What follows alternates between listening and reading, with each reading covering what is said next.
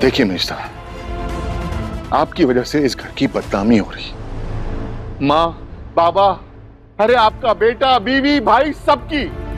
देखिए, आप अच्छा काम करेंगे तो हम आपका साथ देंगे, लेकिन इस बदनामी में नहीं।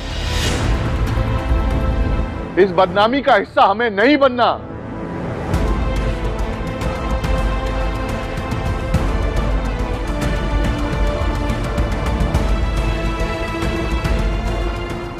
अब भी वक्त है। छोटा भाई हूं आपका, गलत सलाह नहीं दूंगा। जिसके भी पैसे आपने लिए ना, जाके लौटा दीजिए।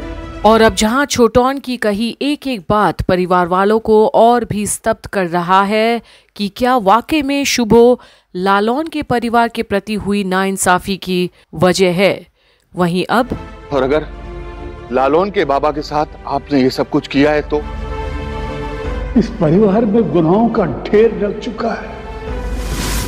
हमने किए नहीं, लेकिन हमारी आंखों के सामने हमने होते हुए देखे, और कई बार माँ बाप के किए हुए बुरे कर्मों का फल बच्चों को भुगतना पड़ता है।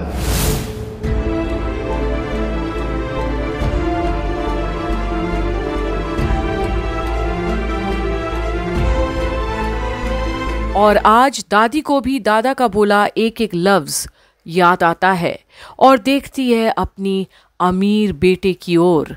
क्या इसने ऐसा किया होगा?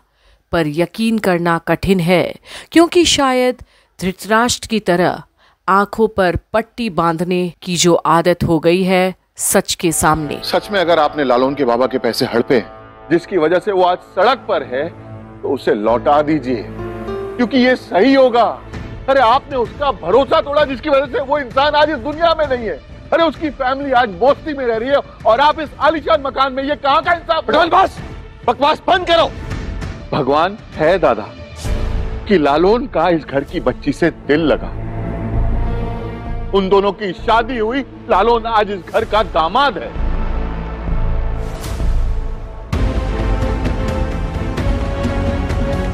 बैरिस्टर प्रसाद ने केस लिया है। क्या ये संकेत काफी नहीं है आपके लिए कि भगवान है?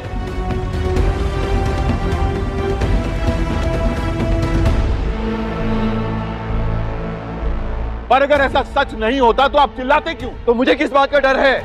अपने आप से पूछिए मिस्टर। पर आज शुभो छोटौन का मुंह बंद नहीं करा पाता, हिम्मत ही नहीं, क्योंकि आज छोटौन वो सच का आईना दिखा रहा है शुभो और सबको, जिसे सुनकर यकीन तो नहीं करना चाहते कोई भी ये बात को।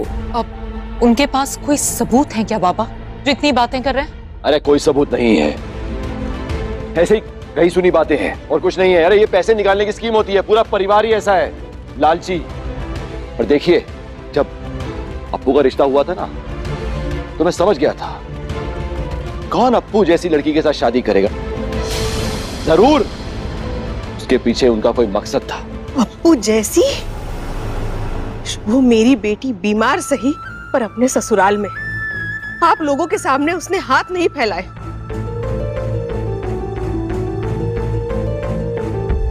और मेरी बेटी जैसी भी है मेरे लिए अच्छी है। उस जैसी बेटी अगर हर परिवार में हो ना, वो हर परिवार खुशहाल हो जाए।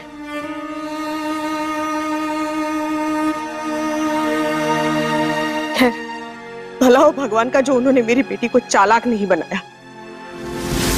और जहां अब अंजना के दिल को भी चोट पहुंचाने की कोशिश कर रहा है शुभो, वहीं अब सब के सब शुभो की बातें सुनकर थोड़ा असहज भी होते हैं। अप्पू को ही बीच में घसीट लाया उसने। उस परिवार को एक अच्छी बहू मिली है, और मुद्दे से भटको मत शुभो। मेरी बेटी को बीच में लाकर उसे बेइज्जत करने की जरूरत नहीं है। शुभो, लेकिन वो लोग हमारे साथ ऐसा क्यों कर रहे हैं? हाँ, पैसे के लिए। हाँ, पैसा चाहिए उन्हें। लड़का कमाता नहीं है, खाने के लिए पैसे नहीं है, नौकरी नहीं है, कुछ नहीं है, तो सोचा ये सब करके, गुंडागर्दी करके कुछ पैसा बनाया जाए। खबरदार बाबा। ओ, आई एम वार्निंग यू, एक और बुरा शब्द बोला ना तो आपको बहुत भारी पड़ेगा। धमकी दे रहे हो मुझे? अगर आपको ऐसा लगता है ना तो हाँ, दे रहा हूं धमकी।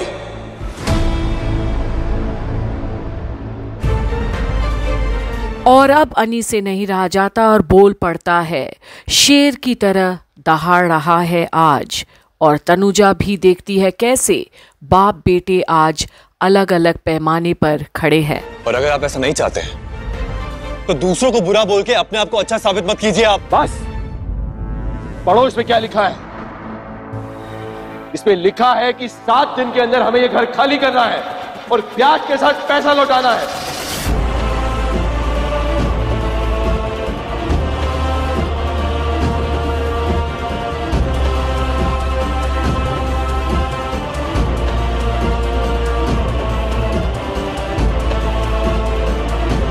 तो जाके बैरिस्टर प्रसाद को चैलेंज कीजिए ना।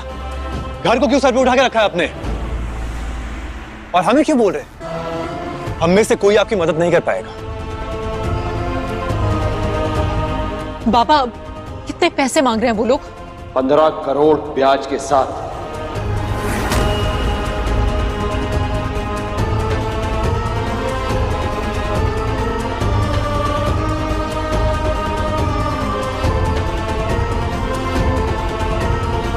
और अब जो रकम शुभो की जुबान से निकली है वो कोई छोटी मोटी रकम तो नहीं।